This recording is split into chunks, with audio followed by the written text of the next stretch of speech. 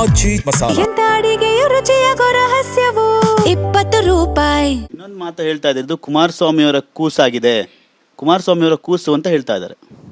ಕುಮಾರಸ್ವಾಮಿಯವ್ರ ಕೂಸು ಅಬಾರ್ಷನ್ ಆದದ್ದು ಇವರಿಂದನೇ.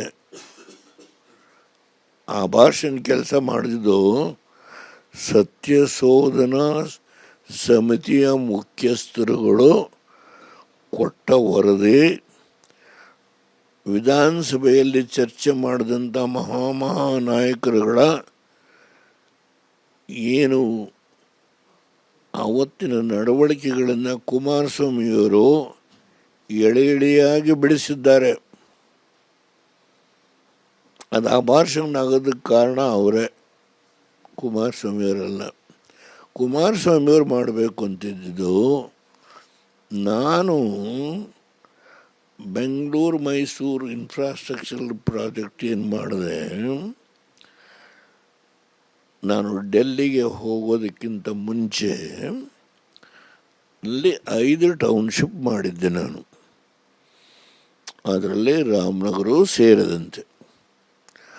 Ramanagara industrial corridor ಅಂತ ಹೇಳಿ ಇಲ್ಲಿ ಹೆಚ್ಚು ಇಂಡಸ್ಟ್ರಿಗಳನ್ನು ಬೆಳವಣಿಗೆಗೆ ತರಬೇಕು ಅಂತ ನಾನು ಮಾಡಿದ್ದು. ದಯಮಾಡಿ ಅನ್ಯತಾ ಭಾವನೆ ಮಾಡಬಾರ್ದು ಯಾರು. ಕುಮಾರಸ್ವಾಮಿಯವರು ಏನು ಮಾಡಿದರು, ಬೆಂಗಳೂರಿನ ಜನಸಂದಣಿ ಜಾಸ್ತಿ ಆಗತ್ತೆ ಅಂಥೇಳಿ ಈ ಶ್ರೀರಂಗಪಟ್ಟಣ ಮತ್ತು ಇದು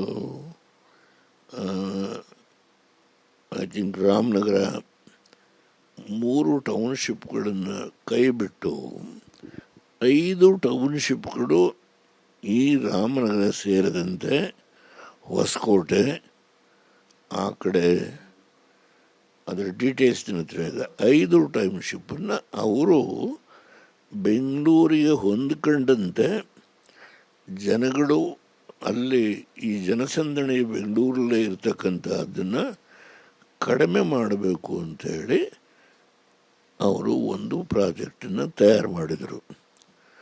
ಅದಕ್ಕೆ ಏನು ಇವರು ಸತ್ಯ ಸಂಶೋಧನಾ ಸಮಿತಿ ವಿಧಾನಸಭೆಯಲ್ಲಿ ನಡೆದಂಥ ಹೋರಾಟ ಇವೆಲ್ಲ ಇದೆಯಲ್ಲ, ಅದು ಅಬಾರ್ಷನ್ ಮಾಡೋದಕ್ಕೆ ಅವರೇ ಕಾರಣ, ಬೇರೆ ಯಾರೂ ಅಲ್ಲ. ಅದರಿಂದ ಒಂದೇ ಒಂದು ಮಾತು ಹೇಳ್ತೀನಿ, ಕುಮಾರಸ್ವಾಮಿಯವರು ಯಾವಾಗ ಅಷ್ಟೊಂದು ತೀವ್ರತರವಾದ ಹೋರಾಟ ಮಾಡಿದರು ಅವರಲ್ಲಿ ಕೈ ಬಿಟ್ಟರು.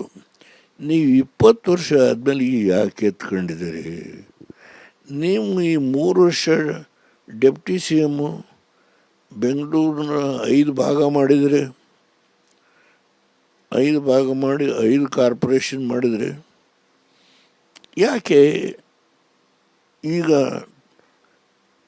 ನೀವು ಮುಖ್ಯಮಂತ್ರಿಯಾದ 60 ದಿವಸದಲ್ಲಿ ಇದನ್ನು ಎತ್ಕೊಳ್ಳಿಕ್ಕೆ ಕಾರಣ ಏನು? ಏನೋ ಒಂದು ಇರಬೇಕಲ್ಲ, ಇದಕ್ಕೆ ವ್ಯವಹಾರಗಳೇನೇನು ಅನ್ನೋದ್ರ ಬಗ್ಗೆ ಸ್ವಲ್ಪ ಜನಕ್ಕೆ ಪರಿಚಯ ಆಗಲಿ. ಏಕೆಂದರೆ ಲ್ಯಾಂಡ್ ಇದೆಯಲ್ಲ, the value of the land is ಚಿನ್ನಕ್ಕಿಂತಲೂ ಬೆಲೆ ಜಾಸ್ತಿ ಇದೆ ಭೂಮಿಗೆ. ಇಲ್ಲಿ 1 ಗುಂಟೆ 5 ಗುಂಟೆ 3 ಗುಂಟೆ ಅತ್ಯಂತ ಕಡು ಬಡತನದಲ್ಲಿರ್ತಕ್ಕಂಥವರು ಸುಮಾರು 70% ಇದ್ದಾರೆ. ಅವರನ್ನೊಂದು ಹಸು ಇಟ್ಕೊಂಡು ಆ 1 ಎಕರೆ 1 ಗುಂಟೆ 2 ಗುಂಟೆಯಲ್ಲಿ ದನಿನ ಮೇವನ್ನು ಬೆಳೆಸ್ಕೊಂಡು ಅವರು ಹಾಲು ಕರೀತಾರೆ. ಇವತ್ತು 60,000 ಲೀಟ್ರ್ ಹಾಲು ಕೊಡ್ತಾ ಇದ್ದಾರೆ. ಅವರ ಹೊಟ್ಟೆ ಮೇಲೆ ಹೊಡೆದು ಯಾರು ಉದ್ಧಾರಕ್ಕೋಸ್ಕರವಾಗಿ ನೀವು ಮಾಡ್ತಾಯಿದ್ರಿ?